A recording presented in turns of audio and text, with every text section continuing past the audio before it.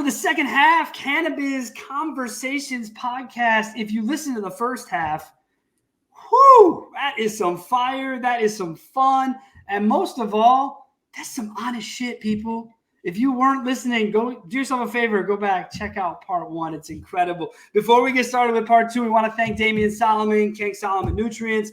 Man, the guy trusted me to be a sponsor this year, and I can't thank him enough. His product's killer. If you ever see his stuff on LinkedIn or Instagram, dude grows some beautiful weed. And beyond that, he's super smart. So you can imagine his nutrients are next level. I've used them. If you haven't, head over to K Solomon Nutrients. Nope.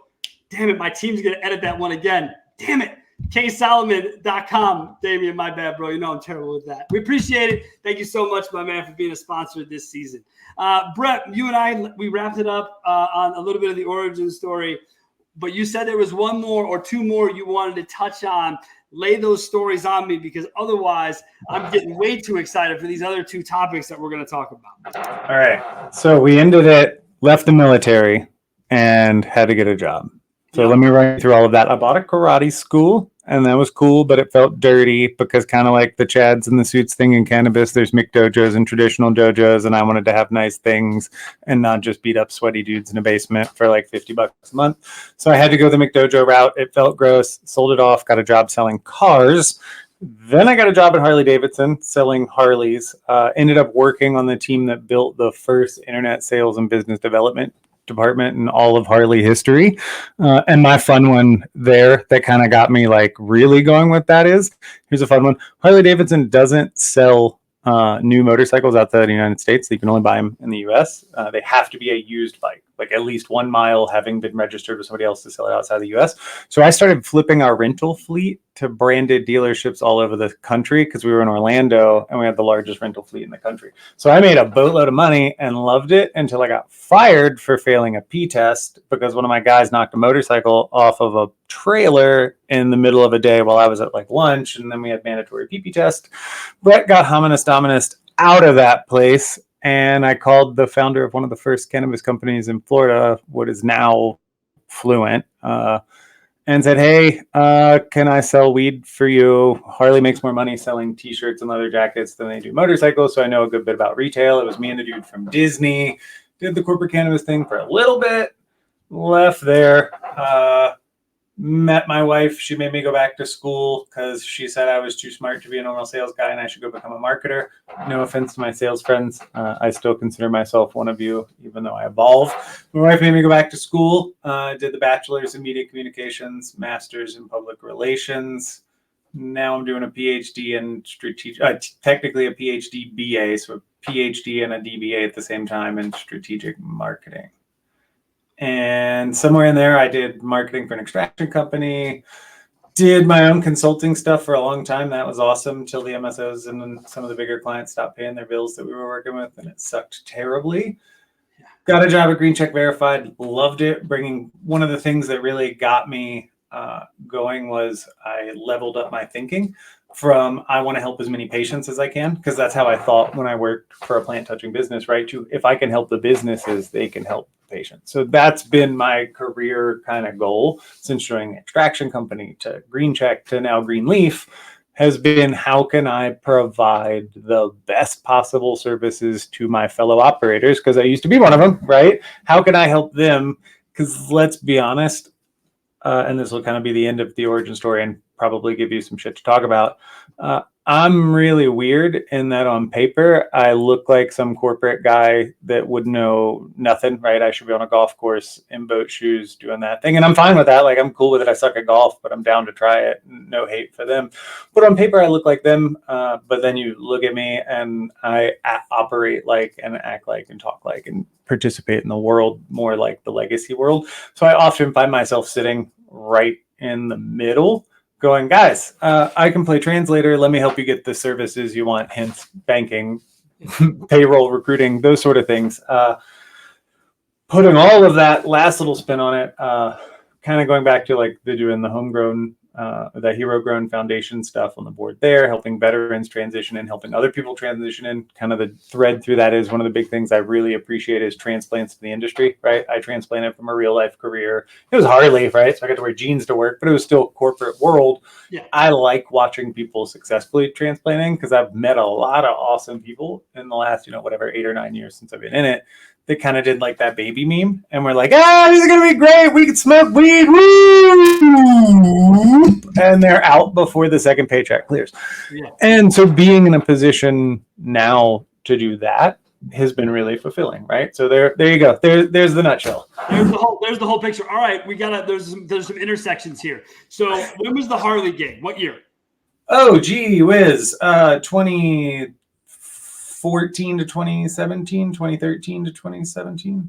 So if you can believe this, in 2006, I was interviewed to be the director of internet marketing for Harley Davidson. I lived in Colorado. They wanted to fly me back to Milwaukee, have me move back to Milwaukee, do all this, right? For a corporation that was going to get into internet marketing, head of digital, they offered me $75,000 a year, okay?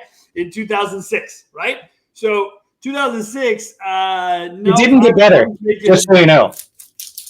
I was making 3.5 times that. And so I was like, this doesn't make any sense. Plus I grew up in Chicago. My wife and I moved to Colorado. I'd only been there a couple of years. I'm like, I'm not going back for this job. It's funny because it never really evolved to that until a couple of buddies of mine were telling me later in the 2010s, 2015. So that's why I asked about your timing there. So I love that. I was at the forefront of BDCs in the automotive space in 98. And dealing with internet leads that were being faxed to you, right? People were submitting a lead on an internet website, and there was not a place for you to get it from the website. You had to get it from a fax machine the following morning. And, that's kind of where it all begins. I was a little more evolved when I sold cars, right? Like I just got a little alert in Reynolds. And see, again, 2014, 2015, bro. Like, yeah, you guys, I always tell people if I had CRMs, BDCs, and social media, I'd be selling 30 cars a month with my feet kicked up on the most beautiful place. That was me. Okay? That's what I was doing. That's the reality. Because it's that easy now. And we did it, I've always been in it. It's been good to me as an industry. But I've been in the background of cannabis, and I've watched people for a long time. My wife and I started growing medically in 06, 07. And it was something that was rewarding. You talk about the patient, you talk about plant touching, and I don't do that now. My life has evolved a little differently in the space. We actually just kind of stumbled into doing some bridge loans for folks, just because it was one of those things. I saw the industry with these 25, 30 huge rate hits on these people. And a couple of buddies of mine were like, well, we could help and we don't need to do that. Like 10, 12% for us is better than we're doing over here. So why don't we just get involved, try to help people, help more patients, help more plants. But there's so much risk that comes with all of it in the space right now, Brett. And you talked about something interesting on the MSO side, not paying the bills, right? Not going through that. And I think it's been said either on this show or otherwise that the cannabis industry is kind of broke, from the concept of what people think it is, what people to you, right? Like you said at the beginning, yeah, weed, must be money everywhere. Not really the case. So I assume some of what you want to talk about ties into this. So you said there were 2 hot button issues, or not hot button, but the topics of discussion that you wanted to have a reasonable discussion about. So why don't you give me topic 1? Number 1, I think people need to stop freaking out when people compare cannabis to alcohol. I'm tired of the freakouts on that because they do it all the time. And I don't mean chemically. Like, by all means, like science homies that are listening, freak the fuck out if people act like getting drunk is the same as getting high. I mean regulatorily, because I think there is a huge lesson to be learned from the post-prohibition alcohol world of forced vertical integration and regulatory capture for 85 years to the allowance of homebrew, to the proliferation of every city, town, and county in America now has a local distillery, a local brew house. Point being, the alcohol industry is the only other industry we've ever seen come out of prohibition and make a choice. And they made a choice to verticalize the alcohol production industry, right? Like that's what we had. We had like the big 4 alcohol producers and a couple of smaller regional ones that were allowed to live so they could say they had whatever, like not a monopoly. Yeah, so there's no that monopoly. for 85 years. 85 years. It was Anheuser-Busch and Budweiser and Pabst Blue Ribbon and Milwaukee and whatever I'm not a beer guy, so like a couple of others, right, in the U.S. That's what we had. And then miraculously, it disappeared, and all of the sudden, right here, right? I live in rural Virginia. Like rural Virginia. My nephew and I just had to rescue cows that escaped from a field a few days ago driving home from my aunt's house, right? Like rural Virginia. If I go over on the other side of the foothills right here into the other holler, like next door to us, it's brewery, distillery, winery, brewery, distillery. That's an entire industry that has been born, right? Alcohol, tourism, that sort of things, outside of like Busch Gardens, where they basically just made a fake one where they could triple charge, right? That's what has been born since then. So when we sit here and we look at cannabis, I think we have every right to compare it to it in that way, because we're making the same mistakes, right? If we look at the timeline of cannabis legalization, right? The West Coast states got it right at first, and then they got it taken away, right? Like 215 days to Prop 64 ruining it and all of that. Like they arguably got it right. Horizontal licensing, specialty licensing, all of that. People could largely afford to play if we took away the federal enforcement and some of the risk, right? They did it right by standards compared to the East Coast, right? Because they had horizontal licensing and competition and some of those things. Not perfect, lots of hiccups, but better than what the East Coast got, right? Because Florida set the standard for that. 8 licenses, up to 500,000 patients with unlimited dispensaries. Like we're talking 2,900 consumers per location.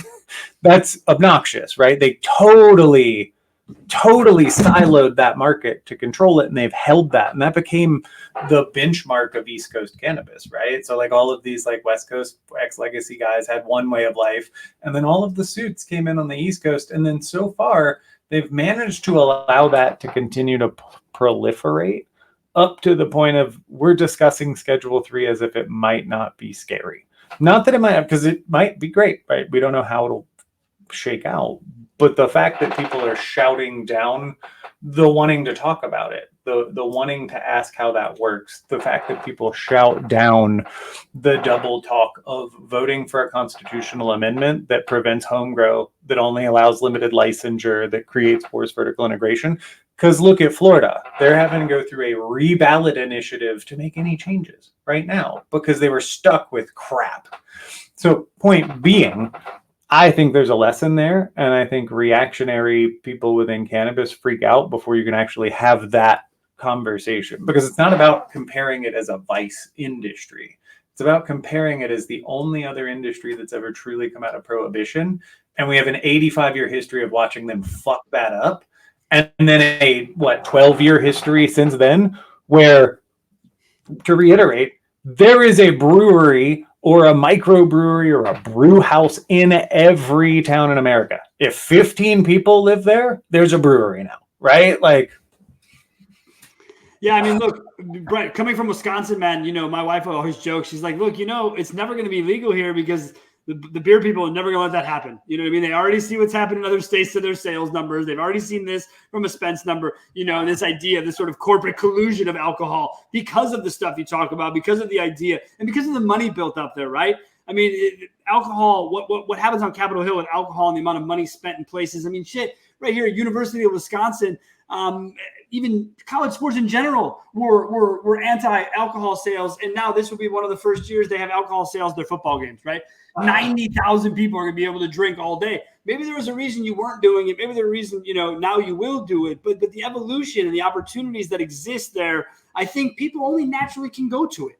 Brett, I think it is only because you said it's the only one we have, right? There's nothing else that we have that even parallels it in any other way. But I don't think people look close enough at the fuck ups. Do you know what I'm saying? I don't think they see it that way. Or they deflect to Canada. Well, we have Canada. We learned from them. They did the same thing. Dude, Canada's the size of Colorado in population. The population density is not the same. None of it's the same. They're a very large, spread out country with a whole different setup. Like, yeah, it looks like alternate universe America with, things but it's not. It's a whole different world.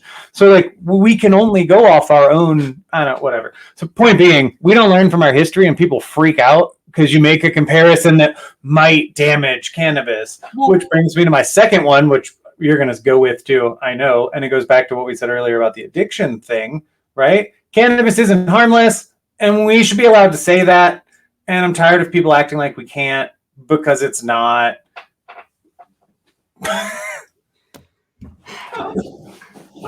I mean, all right, hold on. Before we before we get into that, I want to go back to this idea of, you know, when you talk about the piece of people that aren't able to see that or be able to speak on that and talk about the history or learn from the history, right? That's what gets me, is I think we deal with a lot of revisionist history right now in this world, or a whitewashing, or acting like it didn't happen, right? So like, even like, I go to watch an old show I like, right, on Netflix or wherever, right? And all of a sudden, like, episode 8 is missing, Brett. And I'm like, what? I don't know, why is episode 8? What happened? Okay. And then I go look it up, and they're like, oh my God, insensitive, this and that. I'm like, okay, all right. Like, okay, I get it. But like, what was funny in the 80s, it was funny in the 80s because that's the evolution of the people, right? And then the 90s, people evolved more in the 2000s. So it doesn't make what happened, you know, like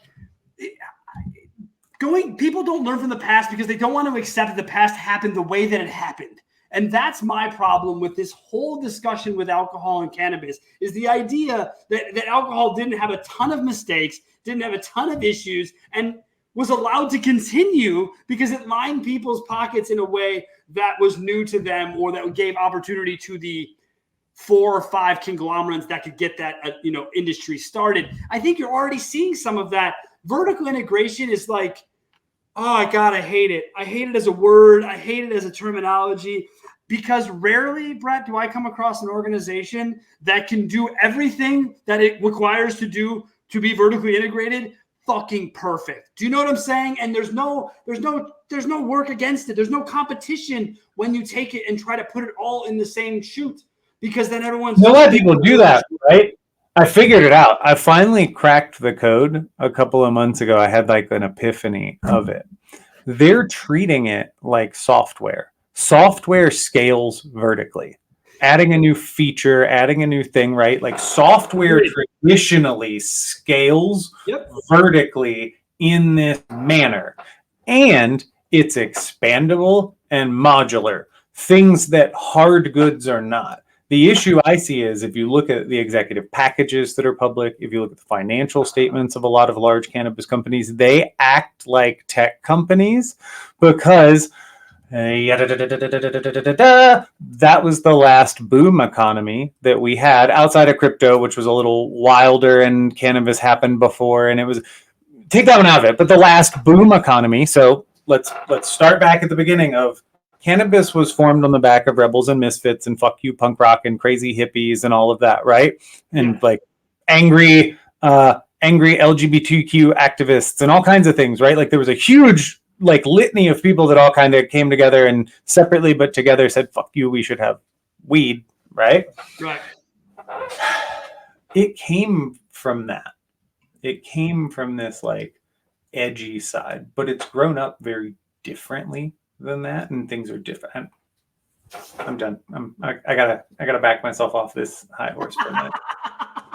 I love it. That's how I get. If I don't walk away from it, then it just continues to fester. But you're not wrong. It does act in a way where people think it is a tech company. I think they thought that when the IPOs launched. I think they were like, oh my God. Because you're right. I mean, gold rush, green rush, these things don't come along very often. And when we were in Colorado, beginning of medical, the sweetest fucking coolest part of medical, dude, was being able to finish up doing what we were doing, making a beautiful grow, producing some beautiful product, walking into a buddy's dispensary with 10 mason jars, cracking them open, smelling, talking, chatting, and him going, I'll take that one and that one. Thanks a lot, bro. I'll see you next week. And you're just like, yes, this is what I dream my future to be, the ability to grow. And a lot of what we grew was for patients. That's where I obtained all the cards. I did everything, above board. Make sure we follow all the rules. And we were donating I don't know, 50, 60% of what we grew every single, session to people who needed it. That was the point. Whatever was left, we tried to sell to cover expenses, to keep the thing moving. Again, this wasn't a profit center idea. I mean, I never made more money than I did when I first got into the business than I ever did later on in it. To be factual, I just enjoy being in the space. I enjoy being around something evolving. But I think people, to your point, most people were not, around in that way business-wise. People in our 30s and 40s, we didn't really live the tech boom in the same way that we're living this boom. And so I think people try to make it something it isn't, or bigger or smaller than it is, because they don't know about it. And I think that goes into the whole, cannabis and addiction and the harmlessness of it all. You seem pretty specific on your point. Why don't you bring it back to me on how more why you feel the way you do about that topic?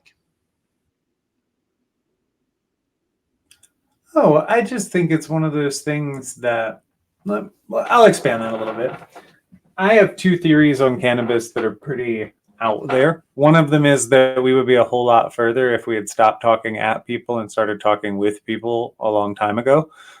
Great example is the last 10 years, you see cannabis activists lambasting Republicans and screaming at them and telling them all kinds of terrible things, rather than approaching them from a, hey, limited government, additional tax revenue without additional taxes, right? Like, you could approach people from the things they agree with and then attack their ideas. Instead, we attack people for that. So that's number one, right? We've spent a long time talking at people. Okay, we're going to stop at number one proves that you are still at heart a salesperson. It proves that you understand how communication and connections are made, and that is on common fucking ground, people. It's the goal, right? Like, we're not activisming or advocating or whatever the word is to just do it. Like, I'm not out there like, oh, this makes me feel good, I love like being upset,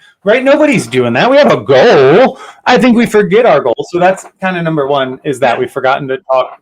We talk. It is, well, it's because it goes back to an idea that someone is right or wrong. It's not about being open to something. All the time people get into, what are your politics? What are your this?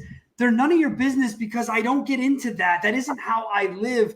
I want to be left alone. Publicly politics. Leave me alone. Okay. I'm politically an atheist. I don't really give a shit. I don't know what I believe. What I want is to be left alone.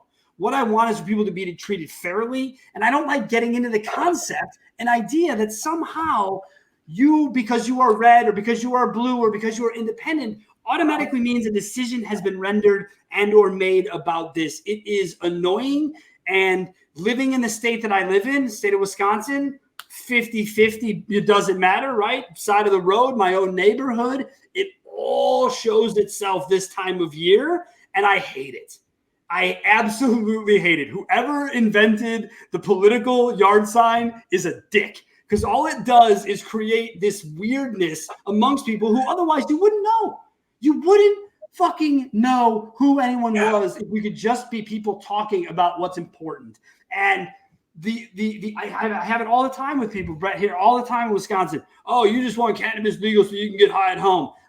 No, I'm already getting high at home. That has nothing to do with this. Let me tell you what it is. It's about job creation. It's about opportunity. It's about income to pay for schools of kids that I don't have. Okay. But that I realize that we need this funding and we can get it from here. So I'm a business guy who sees my state losing out on, last I heard, $250,000 of opportunity. That's a real number. That adds up to a thing called $1 billion. So no, I don't take that lightly. The concept that, and all the time people are like, you shouldn't be talking to them. Why? Oh, because they're this or they believe in that. I don't give a shit. I'm trying to get people to see my side of cannabis legalization. It does not matter. Through education, Brett. That's how we get there. And people can't take the time to, down goes the picture. Hold on. I think it survived. Hold on. You can tell we got crazy here because this is the most religious thing I have in my house, dude. So clearly I'm touching on something crazy here. Just jump right off the table on me too. Like, Team's going to love that. All right. So, Brett, let's wrap this up, dude. You've been more than gracious with your time. Wait, I didn't get to do number 2. That's what I'm saying. That's what okay. The guy jumps right over. You know what I mean? That's how good he is at this. So by me wanting you to be able to be courteous of your time, why don't you tell me what number 2 of the two-pronged addiction / harmlessness of cannabis discussion goes for you? I think for a long time we have been beholden to prohibitionist talking points, and we've been overcoming misinformation, disinformation, and all of that. And I don't think we have taken enough time to really think about the public perception shift. We're no longer fighting that. That's no longer the majority opinion. That's the heavy minority opinion. 91% of Americans support medical legalization. Newsflash, 91% of Americans mean half of each party. I'm going to say it again, just to be very clear. That means 50% of the people on the right and 50% of the people on the left, or 40% or whatever, right? Like, that's a big chunk. 45. We have often been protective of, we can't say anything bad about cannabis because it gives the prohibitionists ammo. There's like one legitimately respected prohibitionist left that the government talks to, right? Like Kevin Sabet or whatever his name is. That guy's the only one.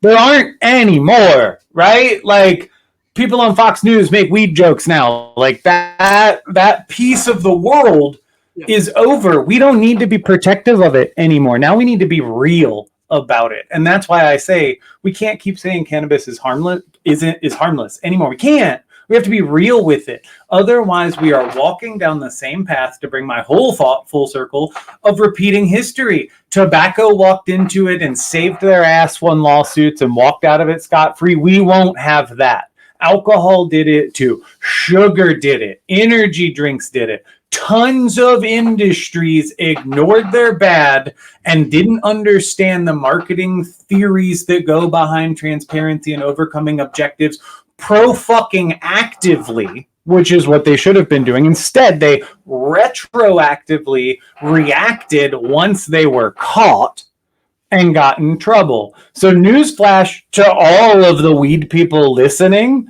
if you want to hope for the future of this and you don't want future prohibitionists giving us gotcha moments, be honest now. We've all seen the last 10 minutes of 8 Mile.